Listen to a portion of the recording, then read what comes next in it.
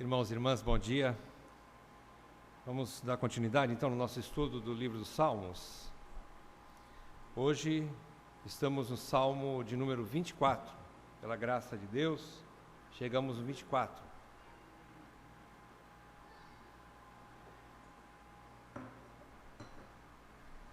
Vamos ler então todo o Salmo. Salmo de número 24. A vinda do Rei da Glória. Salmo de Davi. Ao Senhor pertence a terra e tudo que nela se contém, o mundo e os que nele habitam. Fundou a ele sobre os mares e sobre as correntes a estabeleceu. Quem subirá ao monte do Senhor? Quem há de permanecer no seu santo lugar? O que é limpo de mãos e puro de coração, que não entrega sua alma à falsidade, nem jura dolosamente. Este obterá do Senhor a bênção e a justiça do Deus da sua salvação. Tal é a geração dos que o buscam, dos que buscam a face do Deus de Jacó.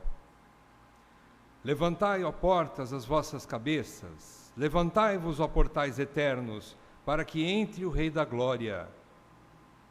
Quem é o Rei da Glória? O Senhor forte e poderoso, o Senhor poderoso nas batalhas. Levantai, ó portas, as vossas cabeças, levantai-vos, ó portais eternos, para que entre o Rei da Glória. Quem é esse Rei da Glória? O Senhor dos Exércitos, Ele é o Rei da Glória.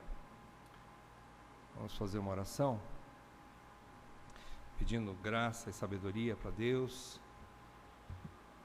Pai, contemplamos nessa manhã, pela Tua bondade, o Salmo de número 24, e carecemos, Senhor, da Tua graça, que o Teu Espírito Santo nos conduza nessa manhã, nesse estudo, abra o nosso entendimento, Senhor, que os nossos ouvidos e as nossas mentes estejam atentas à Tua Palavra, e pedimos que o Espírito Santo seja o nosso mestre nessa manhã, nos conduzindo em todo esse estudo, revelando-nos a Tua vontade e, mais do que isso, auxiliando-nos a aplicar essas verdades às nossas vidas, para a glória do Teu nome e para a nossa edificação. Tudo isso nós te pedimos com gratidão nesta manhã, no nome santo do nosso Senhor Jesus Cristo. Amém. Amém.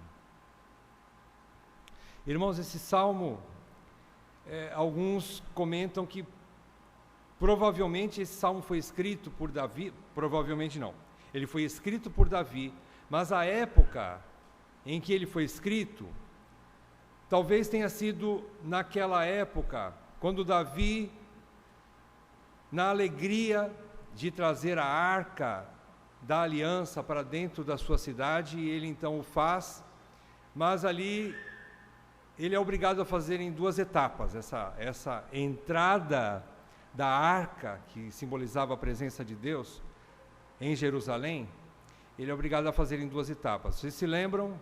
1 Samuel, capítulo 6 e 7, nos instrui a respeito disso, que houve uma batalha muito severa contra Israel, pelos filisteus, um ataque, e os filisteus tomaram a arca da aliança e levaram para a terra deles. O que aconteceu? Aconteceu que foi uma desgraça eles terem levado essa arca para a terra dos filisteus, para a Filístia. E ali, até o deus deles, Dagon, sofreu muito com isso. Muitos homens sofreram de câncer, de tumores, e aí então eles resolveram devolver a arca da aliança para os israelitas. Fizeram isso, devolveram. E ela foi parar e ficou parada, inclusive, em torno de 20 anos, na casa de Abinadab. E ela ficou ali parada em Kiriat Jearim, na casa de Abinadab, até que Davi, após a morte de Saul, ele então assumindo o trono, a primeira coisa que ele resolve fazer, a primeira resolução de Davi, era trazer a arca para junto de si, ficar perto dele, da arca, que simbolizava a presença do seu Deus. Então ele faz isso. Então nessa primeira instância, nessa primeira etapa, ele traz com muita alegria. No meio do caminho acontece aquela situação difícil, capítulo 6, agora de 2 Samuel, você encontra ali. Eles estavam carregando com muita alegria aquela arca, mas no meio do caminho os bois tropeçaram e o carro balançou e alguém, Uzá, colocou a mão na arca para segurar, para não deixar ela cair, e ele morreu.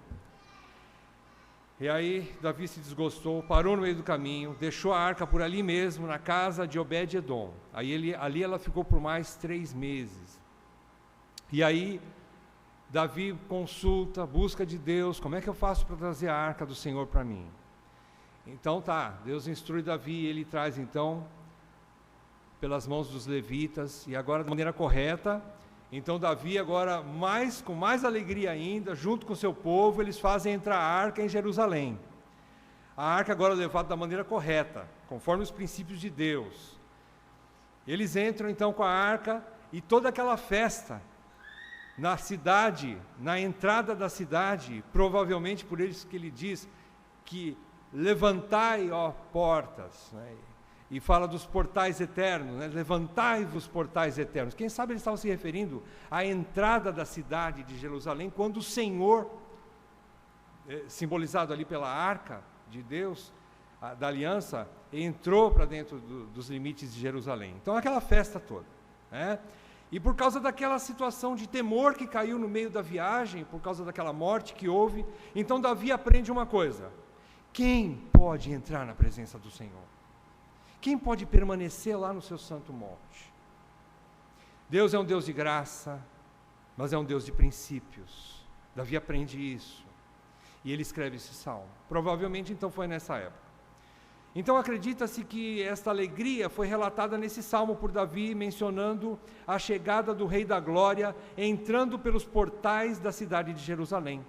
Provavelmente foi isso que aconteceu, e Davi então, como gostava de relatar tudo isso em salmos, em cânticos, e ele faz como os seus salmos são como os diários da sua própria vida, das suas circunstâncias, das suas derrotas, das suas vitórias, das horas difíceis e das horas de festa, e de tudo que acontecia na vida de Davi, ele relatava em salmos, em cânticos, né? Então provavelmente essa foi a ocasião. A tradição judaica também informa que quando Jesus entrou triunfantemente em Jerusalém, nos dias finais da sua permanência aqui na terra, você encontra em Mateus 21, de 1 a 11, quando ele entra na cidade de Jerusalém, houve também uma recepção muito linda ali. As pessoas, o povo de Deus, chegando àquela comitiva com Jesus, montado num jumentinho, ele vai entrando pela cidade. Quando ele passa pelos portais ali, as pessoas, o povo que estava tudo ali em volta, cantando, jubilando, começa a tirar suas vestes, a parte de cima das suas vestes, jogar na rua, e alguns iam, talvez estavam sem a veste de cima, iam então cortar ramos de árvores e colocavam os ramos no chão. Até hoje existe o dia de Ramos, né? Então, e colocavam aqueles ramos no chão, junto com as vestes, fazendo um caminho, como se fosse um tapete vermelho para a entrada do rei. Jesus chegando ali na cidade, e eles cantavam, já não cantavam, ó portas, levantai as vossas cabeças, né? Levantai-vos, ó portais eternos, aí vem o Rei da Glória. Eles não cantavam isso, mas eles cantaram em alta voz, gritando: Hosana ao filho de Davi, bendito que vem em nome do Senhor, Hosana nas maiores alturas. E houve aquele júbilo com a entrada de Jesus em Jerusalém, né? E perguntavam uns aos outros, ali na rua: mas quem é esse? Capítulo 21 de Mateus, você vê no último versículo, no versículo 11, e então respondem: este é o profeta Jesus, de Nazaré da Galileia. Então, enquanto alguns lá na rua gritavam Hosana nas maiores alturas, bendito ao que vem em nome do Senhor, diz a tradição judaica que enquanto isso, dentro do templo havia um culto, e os sacerdotes estavam lá cantando o Salmo 24. Enquanto os sacerdotes cantavam o Salmo 24 e diziam: levantai, ó portas, as vossas cabeças, levantai-vos, ó portais eternos, para que entre o Rei da Glória. E quem é esse Rei da Glória? E eles mesmos respondiam, os sacerdotes: o Senhor dos Exércitos, Ele é o Rei da Glória. Lá dentro do templo, os sacerdotes gritavam em alta voz cantando: o Senhor dos Exércitos é o Rei da Glória. Lá fora, o povo cantava: Jesus, o profeta, Jesus de Nazaré, Ele é o Rei da Glória. Quem estava certo? Os dois estavam certos. Jesus é o Senhor dos Exércitos, o Rei da Glória. E assim, na tradição judaica, nós aprendemos isso. Então era uma entrada triunfal de Jesus e da arca na cidade. Conta-se que nesse mesmo tempo então, que eles cantavam tudo isso, Jesus entrou pela cidade, desceu do jumentinho, e qual a primeira coisa que ele faz? Ele purifica o templo. Ele chega na porta do templo, pega um chicote e faz a limpeza do templo e mostra: não é desse jeito que se entra no meu templo. Vocês são corruptos. Vocês não deveriam nem estar perto das portas desse templo. Eu vou eliminar toda essa sujeira, porque a casa do meu pai será chamada casa de oração. Não é de qualquer jeito que vocês vão entrar aqui, não. Jesus disse. Então fica a pergunta para nós, esse salmo é instrutivo por causa disso. Quem poderá permanecer no monte do Senhor? Quem estará diante da sua presença?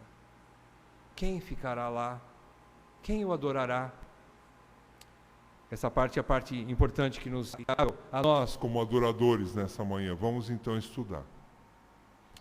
O Salmo 24, nós podemos dividir em 3 partes.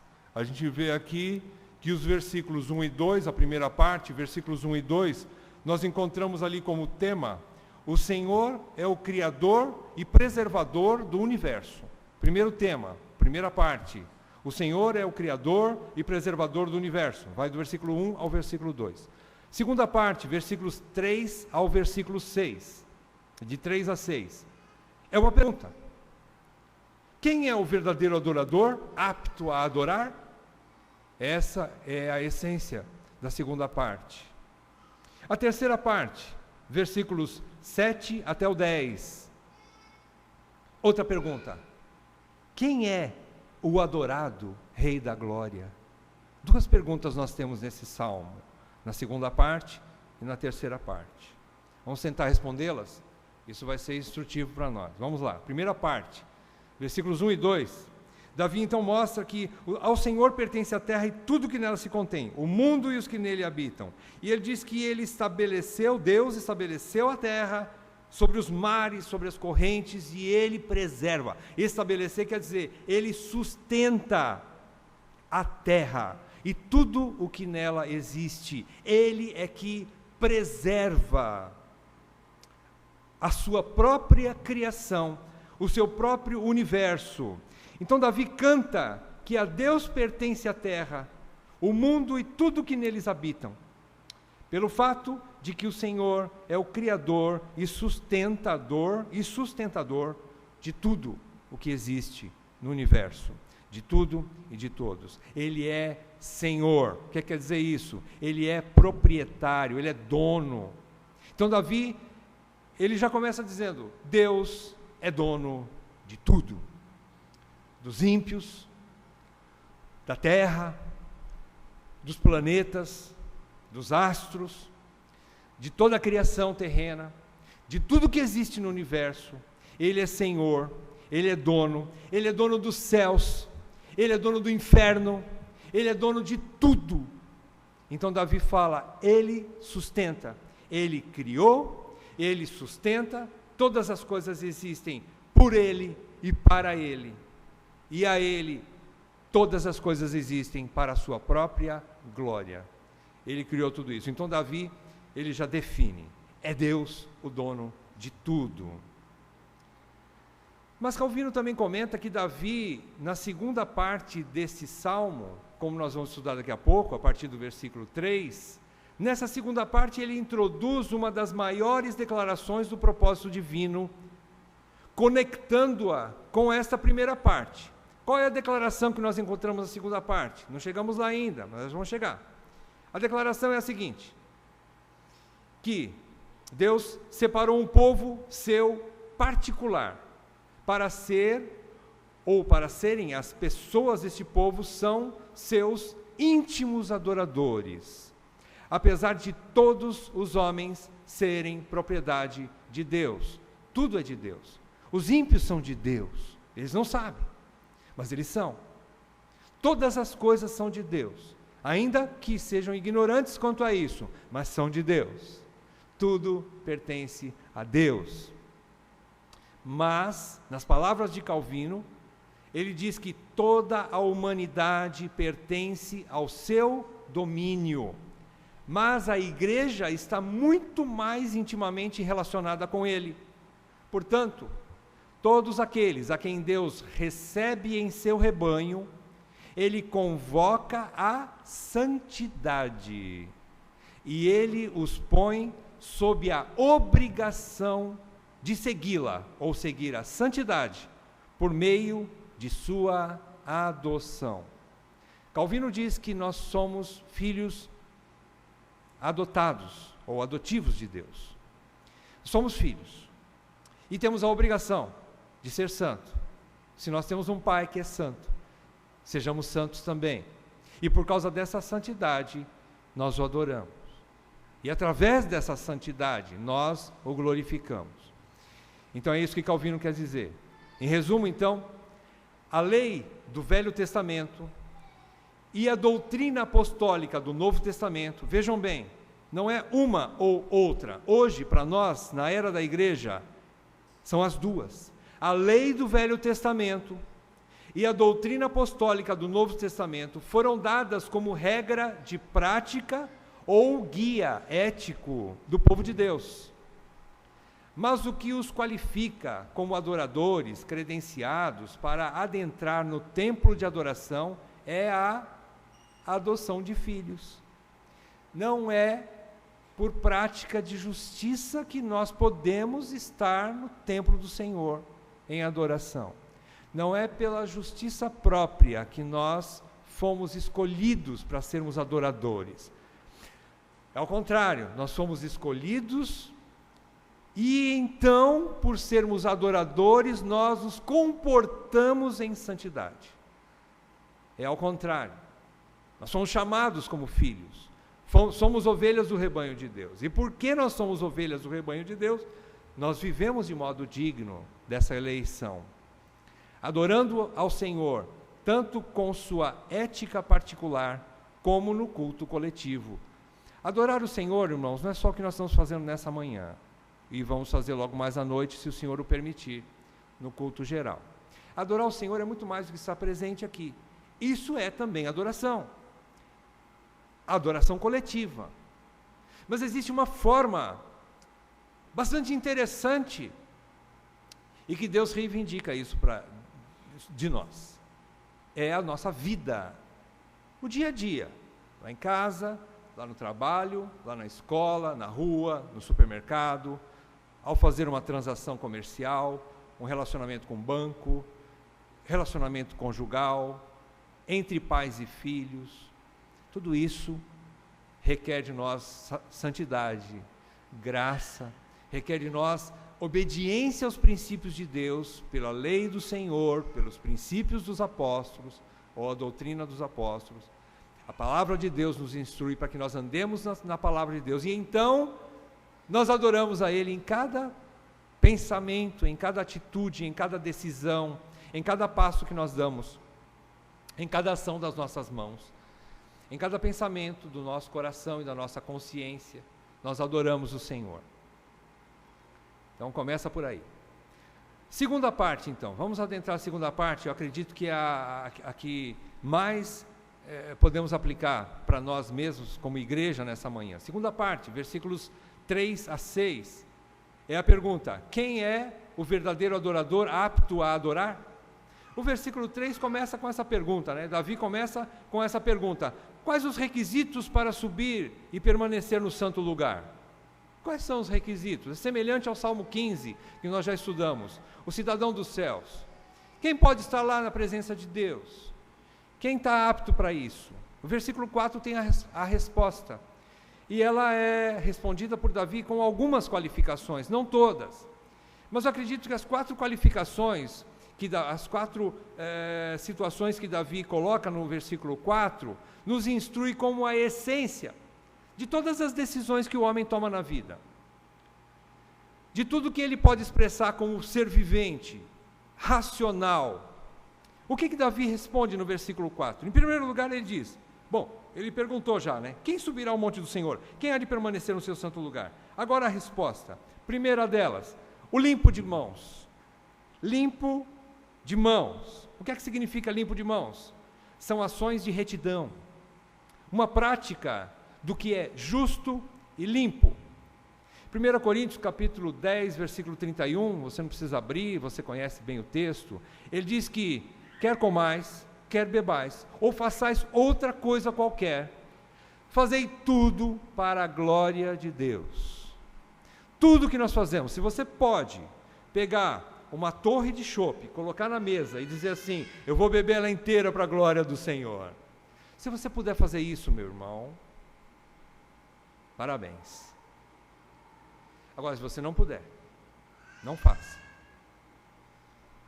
Se você tiver coisas que limitam a sua vida, e que o Espírito Santo toca no seu coração e diz, isso não vem de Deus, isso não é lícito, eu sou filho de Deus, eu sou uma filha de Deus, eu preciso me valorizar, não por mim, mas por aquele que morreu na cruz por mim.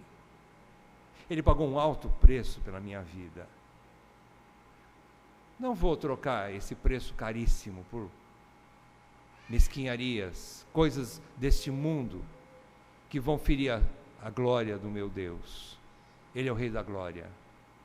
Eu sou súdito desse Rei e vou me comportar como tal. Ele merece a minha santidade, a minha vida digna, a minha vida de honra, porque Ele é o meu Deus, e eu não quero sair desse templo, eu quero viver constantemente nesse templo, de noite, de dia, de madrugada, qualquer hora, eu quero estar no templo do Senhor. Eu sou o templo do Senhor, eu vou me cuidar, eu vou me preservar.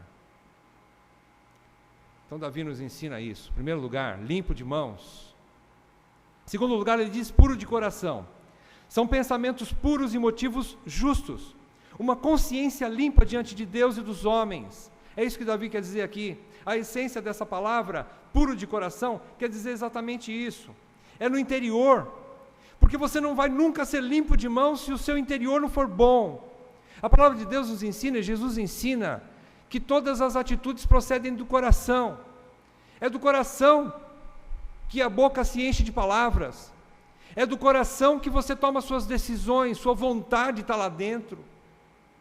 E sua vontade tem que ser regida por princípios. E você precisa conhecer esses princípios para você poder praticá-los. Então ele diz puro de coração. Então são pensamentos puros e motivos justos, uma consciência limpa diante de Deus e diante dos homens. Hoje o crente pode ter uma consciência limpa, porque o Espírito Santo é luz. E ele nos mostra, a Bíblia nos ensina que o Espírito Santo que está em mim, está em você, ele nos guia em toda a verdade.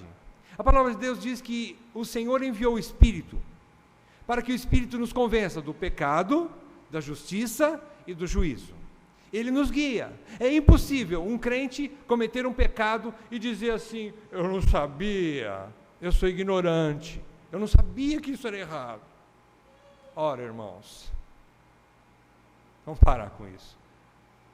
A verdade é que nós temos a verdade dentro de nós. O Espírito Santo habita em nós. Em terceiro lugar, ele diz, não entrega a sua alma à falsidade. O que é que significa isso? É saber dominar e refrear os impulsos e desejos da carne, da alma. Não entrega a sua alma à falsidade. É como se Davi estivesse dizendo, a minha alma quer aquilo que é prazeroso segundo o mundo. É pecado, mas eu gosto daquilo. Mas aqui Davi diz, eu não me entrego à minha alma. Eu não entrego a minha alma à falsidade, ou eu não me entrego aos desejos impuros, que são falsos, são vaidade.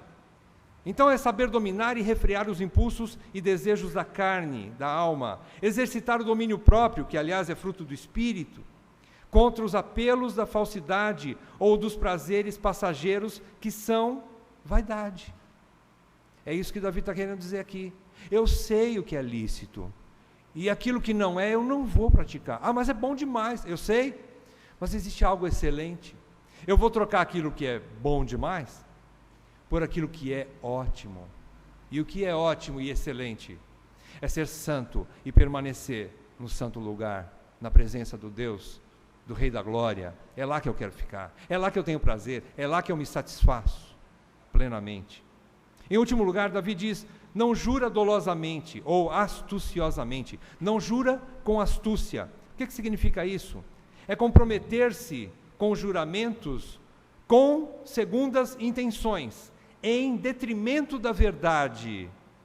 Irmãos, jurar dolosamente é envolver-se conscientemente com o engano para obter alguma forma de lucro. Jurar dolosamente, alguns dizem que é envolver-se com ídolos, não é? Para nós crentes, isso está um pouco mais distante, mas na verdade, tudo aquilo que você ama acima de Deus vira ídolo. Qualquer coisa que você ama acima de amar a Deus é ídolo. E se você ama alguma coisa acima de amar a Deus, aquela coisa ou aquela pessoa não está sendo amada na verdade.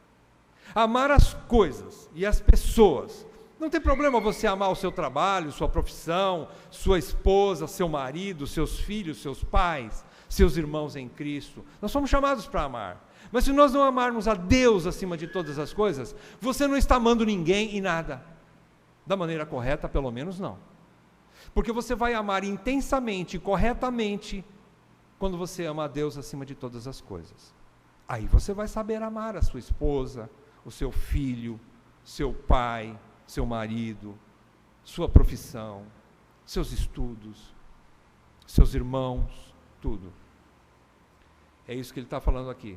Não jura dolosamente, não está obtendo lucro de forma enganosa. Em resumo, Davi associa a primeira exigência. Qual é a primeira exigência? Uma vida santa. Ele fala mãos limpas.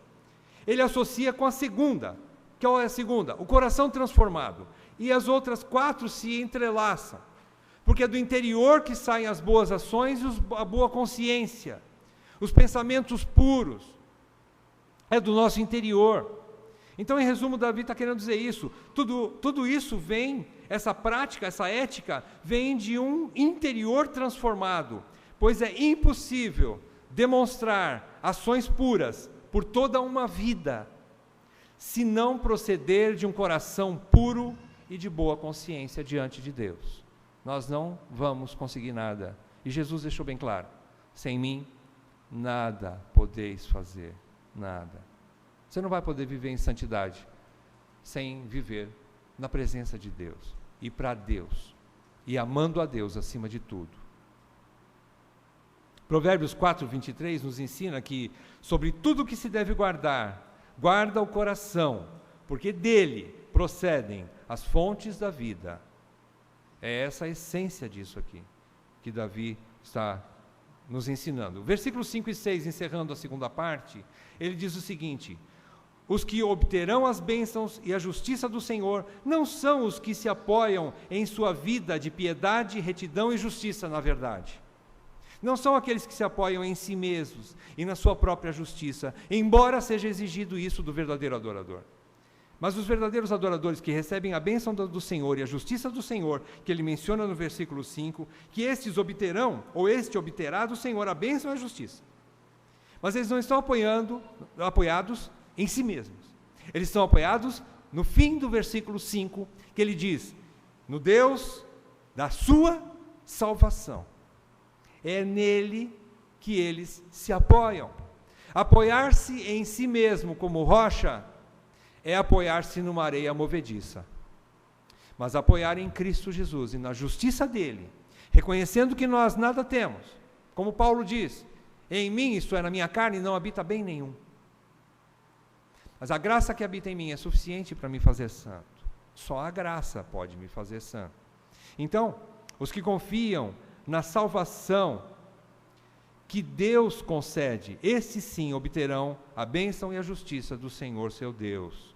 A salvação dada gratuitamente por Deus antecede as demais bênçãos e induz a uma nova ética piedosa. Irmãos, nós não conseguimos viver piedosamente se nós não estivermos apoiados nas bênçãos do Evangelho, no crer em Jesus Cristo e apoiarmos nas bênçãos do Evangelho. Se no Evangelho nós fomos salvos pela graça, isso não vem de nós, é dom de Deus.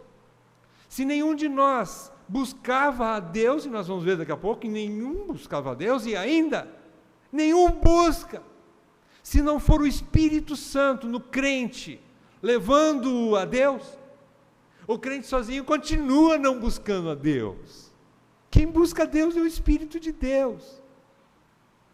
Então aqui nós entendemos que essa nova ética, ela está baseada e ela é fruto da salvação gratuita de Deus. Ela é fruto do Evangelho. Não da força da carne, da sabedoria da carne. Ou seja, os que sobem e permanecem no santo lugar, ou buscam a face de Deus, não praticam a santidade para poder estar lá dentro. Eles não praticam a santidade para entrar no templo. Mas estão lá dentro porque confiaram na salvação que Deus concede. Eles entraram sujos, imundos, mas crentes na graça que há em Cristo. Mas uma vez lá dentro, eles vivem no temor do Senhor, como prova inegável ou como fruto dessa salvação. Eu vivo lá dentro, e porque eu estou na presença de um Deus santo, e vivo na presença dele 24 horas por dia, não é só quando eu estou aqui diante dos meus irmãos em Cristo, na igreja ou no culto, nas reuniões da igreja. Eu vivo na presença de Deus o tempo todo, porque onde está a presença de Deus? Ele é onipresente. Eu vivo na presença de Deus até nas trevas. Onde eu vou me esconder dele? Diz o Salmo 139. Para onde eu fugirei de Deus? Do seu Espírito. Então eu vivo na presença de Deus o tempo todo. Se eu vivo na presença de Deus o tempo todo, eu quero ser santo o tempo todo. É difícil? Sim. Por isso existe o sangue de Jesus Cristo e a cruz, para nos arrependermos dos nossos pecados quando nós pecamos.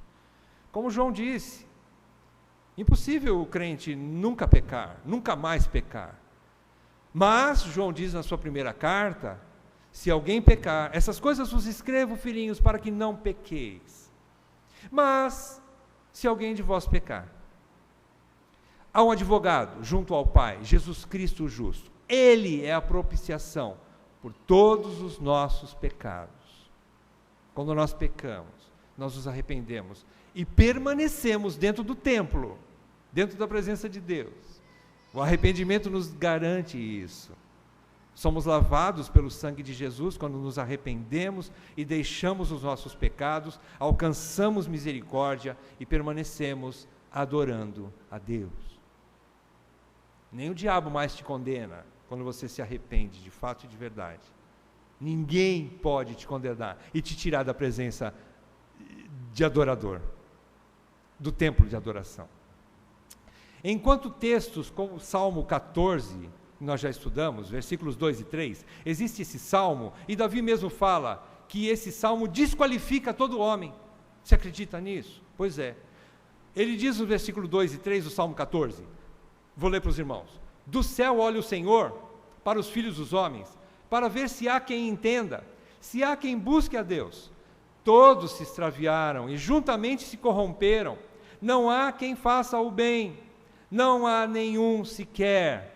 O mesmo texto, Paulo pega, escreve o capítulo 3 de Romanos, não há nenhum justo sequer, não há quem o busque. Mas existem outras passagens bíblicas, e muitas passagens bíblicas, que diz, como Jeremias, uma das mais maravilhosas, né? A gente lê o capítulo 29 de Jeremias, versículos 12 a 14, diz assim: então me invocareis, passareis a orar a mim, e eu vos ouvirei, buscar-me-eis, e me achareis, quando me buscardes de todo o vosso coração. Serei achado de vós, diz o Senhor, e farei mudar a vossa sorte. Aleluia! O crente agora busca a Deus. Ele tem força por si só de buscar a Deus, não é mesmo, irmãos? Não. Se você ler o versículo 10 do capítulo 29 de Jeremias, diz que quando completarem os 40 anos de prisão na Babilônia, 70 anos, perdão, versículo 10, atentarei para vós outros, diz o Senhor, cumprirei para convosco a minha boa palavra, tornando a trazer-vos para este lugar. Quem me trouxe aqui nessa manhã e trouxe você, não foram seus pés, nem os seus carros, nem o ônibus, nem o trem que você pegou para vir para cá. Quem trouxe você foi Deus. Deus te trouxe aqui. Deus nos traz aqui. Ele nos traz. Ele nos leva ao santo lugar. Nós sabemos o caminho, mas ainda assim, quem nos traz, em última análise, é Deus. Deus que nos trouxe até aqui. E assim, podemos perguntar, quem o busca? Quem o busca? A resposta é ninguém. A não ser que Ele, Deus, o chame e o traga. É Ele que traz. Terceira parte, estamos encerrando, vamos encerrando por aqui. Terceira parte, versículos 7 a 10. Agora sim, a pergunta de novo, uma nova pergunta, aliás. Quem é o adorado Rei da Glória? Versículos 7 a 10, Davi, com um intenso desejo de erigir o templo, como nós já falamos, para depositar a arca lá dentro, ele escreve esse salmo, ele canta, e assim, ele desejava ter um lugar fixo de adoração ao Deus de Israel. Mas aí, Davi já vislumbrava profeticamente portais eternos, ele escreve aqui, como portas altas e magníficas por onde entraria o Rei da Glória. Ele não construiu o templo, Deus não permitiu que ele fizesse o templo, mas Deus disse, os seus descendentes vai fazer um templo para mim, você não, você tem as mãos sujas de sangue, Davi, você não. Então, mas ele sonhou com aquilo, Davi, ele amava o Senhor, ele diz, eu tenho uma casa linda, eu tenho um palácio, como deixaria Deus naquela tenda? O tabernáculo era feio de fato, por fora, lindo por dentro, mas por fora era feio. Ele queria algo mais bonito para o seu Deus, boas intenções, mas o profeta disse, não, Deus disse que não é você não. Mas ele sonhou com aquilo. Nós podemos associar essas expressões de Davi, nesses versículos 7 e no versículo 9, ele diz sobre portas, erguei as vossas cabeças, portais eternos, ele diz portas e portais eternos, versículo 7 e versículo 9, nós podemos associar com o versículo 3, ele diz o monte do Senhor ou o santo lugar, é como se fosse adentrar no lugar santo, são portas especiais, não é qualquer porta, são portas magníficas, ele estava vislumbrando isso, mas são mais expressões proféticas, não só relacionando-se com o templo, mas muito mais, Davi estava vislumbrando algo celestial, apontando para a ascensão de Jesus Cristo após a sua morte, o seu sepultamento, a sua ressurreição. Davi aponta para algo que ele nem sonhava ver, mas Deus, pelo seu Espírito, leva Davi a escrever coisas que ele não tinha noção de como seria aquilo, mas ele diz sobre esses portais eternos. Ele está narrando o que aconteceu em Atos capítulo 1, de 9 a 11, quando o Senhor subiu aos céus, à vista dos discípulos, enquanto eles estavam lá embaixo olhando, o Senhor subindo, em corpo físico, não era um espírito. Jesus Cristo ascendeu num corpo 100% humano, ele foi subindo, aos olhos dele, até desaparecer nas nuvens. E aí apareceram dois varões diante dos discípulos e falaram assim, ei gente, o que vocês estão olhando aí para o mundo da lua? O que vocês estão olhando para cima? Eles não souberam nem responder. E então os anjos falaram, não precisa, porque esse mesmo que subiu, um dia voltará. Um dia ele volta, ele vai voltar. Então quem sabe naquele momento Davi já cantava, ele vai entrar por portais eternos, por portas que se ergam para receber o Rei da Glória, Jesus Cristo, o Deus, homem, ressurreto, que subiu aos céus, glorioso. Quem sabe é isso que Davi estava se referindo. Então surge a pergunta, quem adentrou os portais eternos? Imediatamente as multidões respondem, o Senhor, forte e poderoso, o Senhor poderoso nas batalhas, o Senhor dos exércitos, o Rei da Glória, Ele é o único digno a entrar pelas portas e pelos portais eternos.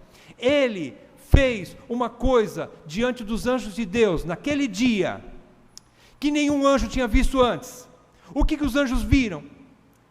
Os anjos viram na glória, um homem, subindo, entrando nos céus dos céus, e se assentando no trono de Deus, e os anjos se prostraram, e quem sabe os anjos falaram uns para os outros, quem é esse? Quem é esse Rei da Glória? E um respondia para o outro, Jesus, o Senhor Jesus Cristo, é o Rei da Glória, Ele entrou lá, Ele está lá. Davi profetizou isso, ele estava vislumbrando isso. Nós vimos isso então cumprido, essa passagem do versículo 7 a 10, essa passagem se cumpriu cabalmente em Cristo Jesus, o Rei dos Reis. Quando clamamos, por exemplo, eu vou fazer uma junção de alguns textos do Novo Testamento, por exemplo, Colossenses capítulo 2, de 9 a 15, você só anota para ler em casa depois. Colossenses 2, de 9 a 15 não, versículo 9 e versículo 15. Colossenses 2, versículo 9 e versículo 15. E você junta com Filipenses 2, de 9 a 11. E nós lemos tudo junto, esses textos. E fica assim, porquanto nele habita corporalmente toda a plenitude da divindade, e despojando os principados e as potestades, publicamente os expôs ao desprezo, triunfando deles na cruz. Pelo que também Deus o exaltou sobremaneira, e lhe deu um nome, que está acima de todo nome, para que ao nome de Jesus se dobre todo o joelho, nos céus, na terra e debaixo da terra, e toda língua confesse que Jesus Cristo é Senhor, para a glória de Deus Pai. E assim nós encerramos esse salmo. Vamos fazer algumas aplicações aqui. Contemplação linda, maravilhosa do nosso Rei, Rei dos Reis. Isso nos motiva a nós vivermos de modo digno desse chamado, desse Rei maravilhoso, de sermos seus súditos. Então vamos tirar algumas aplicações que nos servem nessa manhã. O que nós levamos para casa de tudo isso? Em primeiro lugar, a ênfase nesse salmo é: quem pode permanecer na presença do dono do mundo? Essa é a pergunta. É isso que nós precisamos guardar para nós, no nosso coração. É lindo contemplar o Senhor entrando no seu templo maravilhoso. Mas e para nós? O que isso nos implica? O que implica para nós? Então a ênfase é: quem pode permanecer na presença do dono do mundo? Daquele que fundou e estabeleceu todo o universo? Nós vimos a primeira parte desse salmo. Quem pode estar na presença deste? Daquele que é o Senhor, forte e poderoso? Quem pode estar na sua presença? Quem poderá adorar o Senhor dos exércitos, o Rei da Glória? Em primeiro lugar, a gente aplica com uma pergunta. Essas perguntas devem mexer com a nossa mente. O tico e o teco aqui dentro tem que começar a funcionar no sentido celestial, no sentido de piedade, no sentido de sou filho de Deus, tenho que ser santo porque Ele é santo, e tem que trabalhar na nossa cabeça, tem que fazer alguma coisa aqui, para que nós possamos então viver de modo digno. Entrou para nosso entendimento, a palavra de Deus entra, nós conhecemos a verdade, e agora o que eu faço? Como eu aplico isso? Em segundo lugar, se na primeira parte desse salmo, como também na terceira parte desse salmo, a parte primeira E a parte terceira, nós encontramos fatos concretos. Davi não está supondo alguma coisa, mas ele diz fatos reais. O que ele diz na primeira parte? Deus é Senhor do universo. Na terceira parte, ele diz, Deus é o Rei da Glória. Ele não está com dúvida nenhuma, ele simplesmente diz, Deus é o Criador de tudo e sustentador de tudo, e Deus é o Rei da Glória, que adentrou nos portais eternos. Ora, na segunda parte, então, encontramos informações que devem ser aplicadas a nós, seus adoradores. Concluímos, então, que existe uma maneira correta de se apresentar diante do Rei da Glória. Existe uma maneira correta. Então, em terceiro e último lugar, a gente vê que não basta só declarar Jesus Cristo é Senhor. Ele é o Rei da Glória. Irmãos, não basta só declarar. Sabe por quê? Eu digo por quê. Porque toda língua vai dizer isso. Até os demônios vão dizer um dia, Jesus Cristo é Senhor. Por quê? Porque a palavra de Deus diz que toda língua confessará. Os ímpios vão confessar isso. Os injustos, os pecadores, os rebeldes vão confessar isso. Satanás vai confessar isso. Os demônios dele vão confessar isso. Toda língua confessará isso. Então isso é pouco. Não basta só confessar, Jesus Cristo é o Senhor. Ele é o Rei da Glória. O que importa é viver em submissão ao seu senhorio, em obediência aos seus decretos, para a glória dele. Irmãos, quando nós temos essa consciência, muda tudo na nossa vida. Nós passamos a almejar mais e entender mais o que significa ser membro de uma igreja onde Cristo é Senhor. Quando Jesus Cristo é de fato o Senhor de um determinado povo, esse povo sabe se comportar. Esse povo sabe se programar. Esse povo sabe tomar decisões, colocando o reino de Deus em primeiro lugar. Quando nós temos a consciência de que esse Deus é o verdadeiro Deus, é o Rei da Glória, Ele é Senhor dos senhores e Rei dos reis, e que é uma imensa honra sermos seus súditos, nós não fazemos as coisas da igreja, não tratamos as coisas da igreja de forma banal, secundária. Nós vamos colocar em ordem as nossas coisas. O nosso diário, ou a nossa agenda, vai mudar tudo. Tem que mudar tudo. Tem que mudar tudo. Eu vou para a reunião, seja de homem, seja de mulher, seja de jovem, seja de criança, de adolescente, estudo bíblico, culto geral, seja qual for a reunião da igreja, eu vou, porque lá é o lugar mais importante para mim. Eu vou me esforçar. Obviamente, existem situações que às vezes não nos permitem em todos os cultos. Eu sei, são momentos justos e decisões que a gente tem que tomar de forma justa, mas nem sempre é assim, meus irmãos. Nós temos que ser honestos. Nós não podemos ser hipócritas. Quando nós estamos trocando um banquete por um prato de lentilha, a primogenitura jogando fora por causa de um prato de lentilha. Eu não vou ouvir porque... Será que essa pessoa que vai ensinar lá, será que ela tem teologia? Ela já é formada em teologia? Será que ela é uma oficial dentro da igreja? Sei lá. Então eu vou assistir futebol. Nós estamos entendendo que você não vai lá para ouvir homem, você vai lá para ouvir Deus. Você vai lá para prestar um culto para Deus. Você não vai bater continência para nenhum homem. Quem é o homem? Você vai lá para se ajoelhar diante de Deus, se prostrar diante do Rei da Glória, seja nas reuniões menores que for, porque onde estiver 2 ou 3 reunidos em meu nome, lá eu estarei. Você vai estar na presença de Deus e não de homens, ainda que só tenha 2 irmãos naquela reunião. Jesus Cristo estará lá, e Ele merece a sua honra, a minha honra. Encerrando, meus amados, Se no Salmo 22, o Salmo 22 nos fez ver, nós estudamos há poucos dias atrás, né? O Salmo 22 nos fez ver os horrores e as dores da cruz sofridas por Jesus em nosso lugar. Não foi isso que nós estudamos no Salmo 22? É um salmo sangrento, né?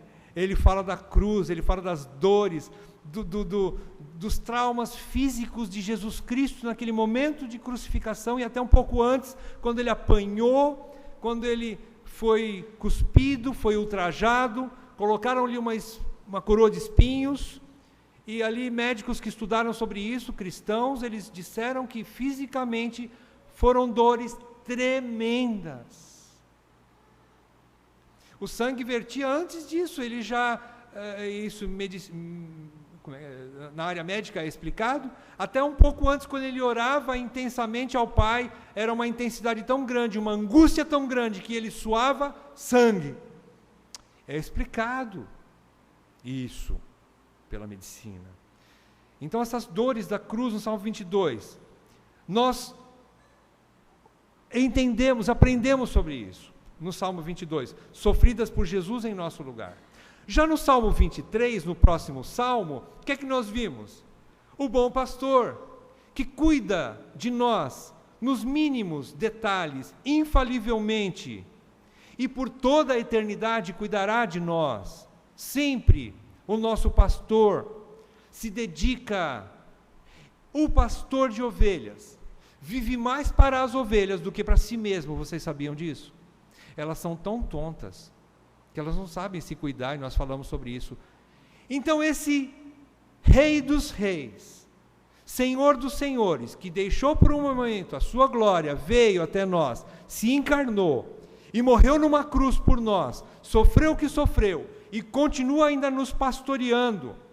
Ele exige o nosso compromisso com Ele, para que Ele seja, de fato, Senhor e Rei de nossas vidas. É isso que nós vimos nesse Salmo 24.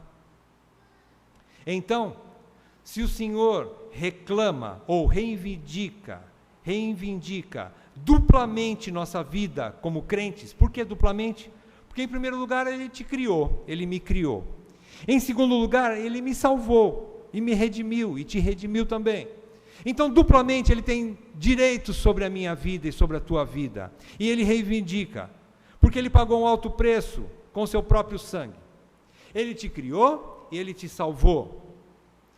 Como viveremos sabendo disso? E assim nós encerramos com essa pergunta. Leva para casa, coloca diante de Deus. Como é que você vive diante dessa grande verdade? Quais suas decisões? Amanhã é segunda-feira, né? Dias das grandes decisões. Ou pelo menos de começar a fazer sua agenda. Faça segundo o que você viu hoje na palavra de Deus. Tome suas decisões. Seja sábio. Seja prudente. Seja piedoso. Vamos orar? Pai, nós te agradecemos, Senhor, pela tua palavra, porque é lâmpada para os nossos pés e luz para o nosso caminho. Te agradecemos, Senhor, porque sem o teu Espírito, como compreenderíamos essas verdades? Mas o Senhor graciosamente nos ensina nessa manhã. E agora pedimos, Pai, que o mesmo Espírito, o Espírito de poder, de amor e de moderação, nos ajude a aplicar essas verdades às nossas vidas, para que possamos ser verdadeiramente os teus adoradores, aqueles a quem o Senhor procura. Ajuda-nos, Senhor, a vivermos de modo digno do teu chamado. Isso não só nos momentos de culto geral, de culto coletivo, mas individualmente, em cada um dos nossos afazeres, em cada decisão a ser tomada. Ajuda-nos a considerarmos o Senhor em todos os nossos caminhos. É o que nós te pedimos com gratidão e com temor nessa manhã, no nome santo do nosso Senhor Jesus Cristo. Amém. Amém.